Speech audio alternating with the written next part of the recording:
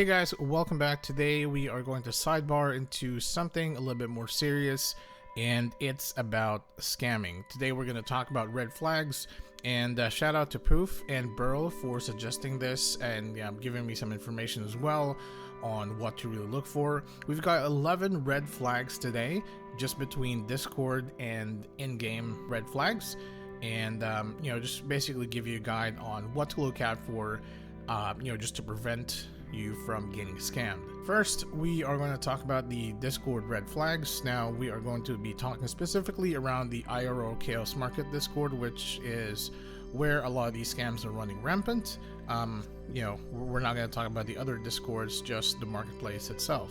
First, be on the lookout for people that are not in the Discord.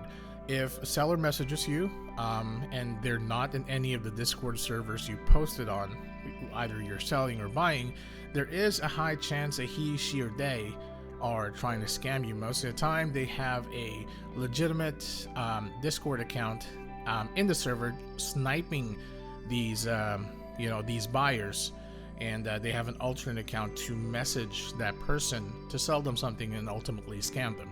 Next are the new and unverified members. Oftentimes, we are seeing these scams coming from new and unverified members. I'm not saying they're all bad. Most of the time, they just can't help it. They're just new and unverified. They just haven't had enough trades yet for vouchers.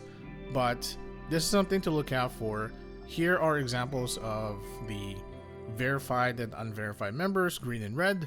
For verified, and then white for unverified. Always check the marketplace Discord first before you deal with them. Just to make sure they have legitimate transactions within the marketplace. Now, for new members, they would have this symbol at the end of their name. It's like a green leaf, whatever, with a heart, whatever symbol, and that usually indicates they are very new to the Discord server or the marketplace. If they are unverified, they will have a white font on their name. Like I said, for verified members, it is a different font color. The font color would actually be red or green, depending on the roles that they're given. There's also purple, yellow, everything else, but so long as they're white, that means they are unverified. Number 3, impersonation. Scammers will impersonate a legitimate member of the Discord server just to get you to trust him or her or them. Here are a couple things to look out for, just to identify if you are dealing with an imposter. So here's an example just on my account. Obviously, I had edited this, just to give you guys an idea. So to the left is my real account, to the right is a fake account I made through MS Paint. Most of the time, the scammers will create a Discord name or the Discord tag with a different letter on the tag, just to sort of make it pass up as, oh yeah, he's probably legit. But in truth, they just changed one letter, if you're not really looking at it properly, you will think that, oh, I am actually looking to the legit cloud seeker. Next thing to look out for is the how long have they been in Discord. If you can see here, they have only started in May 25th, 2024, which is, depending on when this video comes out, would be a couple days or a week, probably 2-3 weeks, 4 weeks, maybe a month. I don't know when this is coming out. Next, for roles, you can actually just take a look at the bottom where it says verified. It might say something else, but so long as they have a role in the market, that means that they are actually a verified member of the iRO marketplace. Another thing to look out for is the mutuals, which means these are the mutual servers that you share between the person that you are or that has messaged you.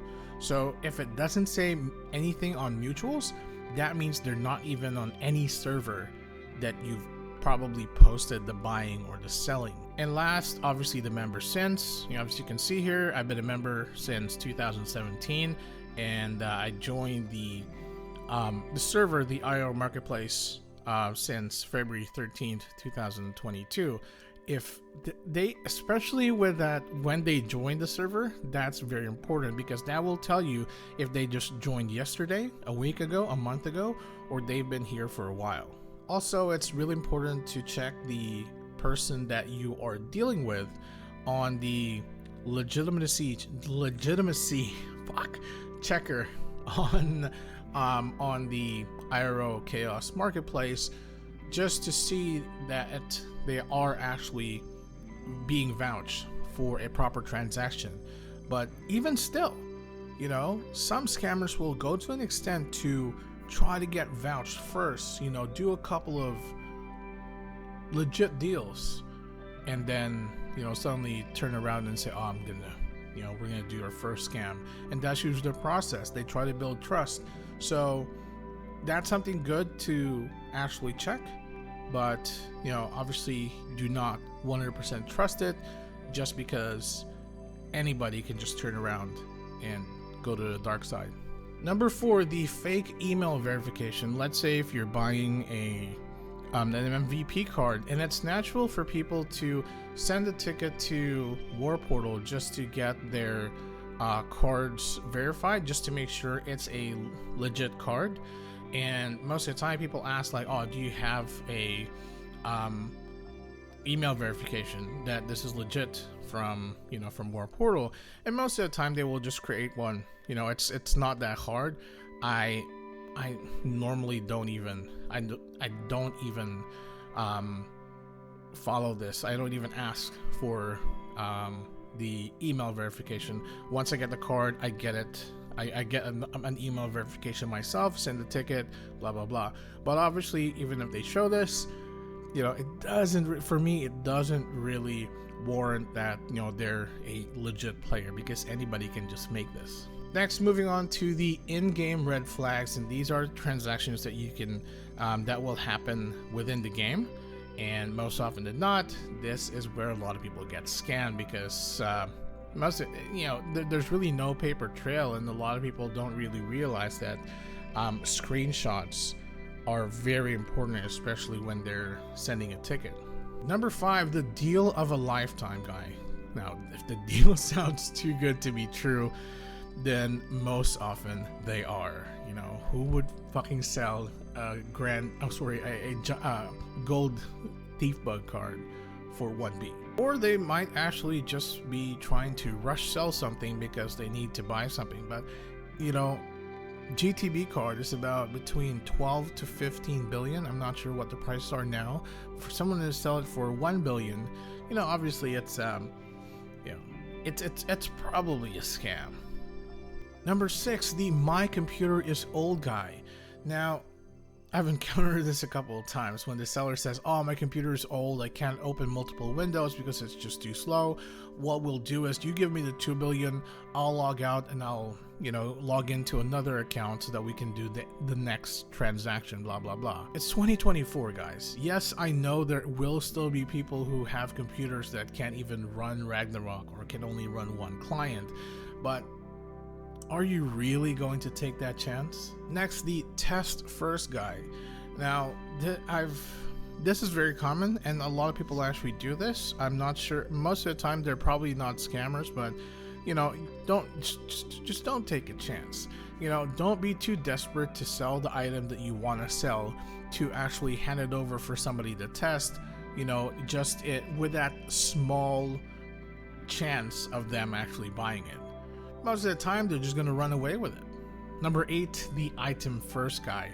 You know, this buyer will claim that they've been scammed before so many times, and they will deal with item first. So they ask you to give them the item first, and then they'll give you all the zenny.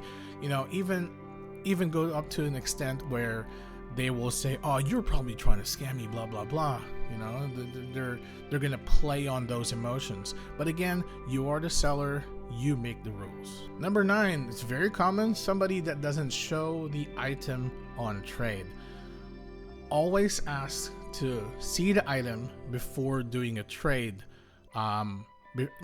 before you're proceeding with a trade, because most of the time when they just send you links, you can actually link a link of an item to somebody else. So it's a lot easier for them to say, oh yeah, I have this, but they don't actually have that on their account, and their actual legit account that actually has the item isn't even touched. So even if you get that person banned, the other dude wouldn't be banned because there's technically no link. So always ask for them to show you the item on trade. If they don't want to show the item on trade, number 10 is the person that doesn't show the equipment. If you don't want to show you the item on trade, that's perfectly fine. If they can wear it, ask them to turn on their equipment view so that you can actually view their equipment to see that the item is legitimately there within the character. If they don't do that, obviously it's a red flag. They're probably trying to scam you. And last, number 11, the pretend GM. Now this is a scam that's as old as the game itself. Somebody trying to come in, message you in a pub, and then basically suddenly a GM appears, and then they say, oh yeah, hello lucky players, all that shit. That's a scam, because GMs will not do that. They will not be invisible in the room. They will not interact with fucking players unless it's a fucking event. So please, it's 2024. If you still get scammed and you're in your 30s or 40s, I don't know, bro. Like, we've had these since 2003, 2004. Don't get scammed. This is the worst thing they can be scammed for. And so guys, I hope this video helps shine some light on the red flags that you might actually want to look into, especially to protect yourself from scamming, but at the same time give you a better experience in playing this game. I will show some clips of my recent big transactions with people. Maybe just one. I don't want to prolong the video, but yeah, just to show you my process of actually dealing with people or doing trades or big trades in the game. So I hope you enjoyed the video. If you like it, give it a thumbs up, subscribe to my channel, and I will see you guys next time.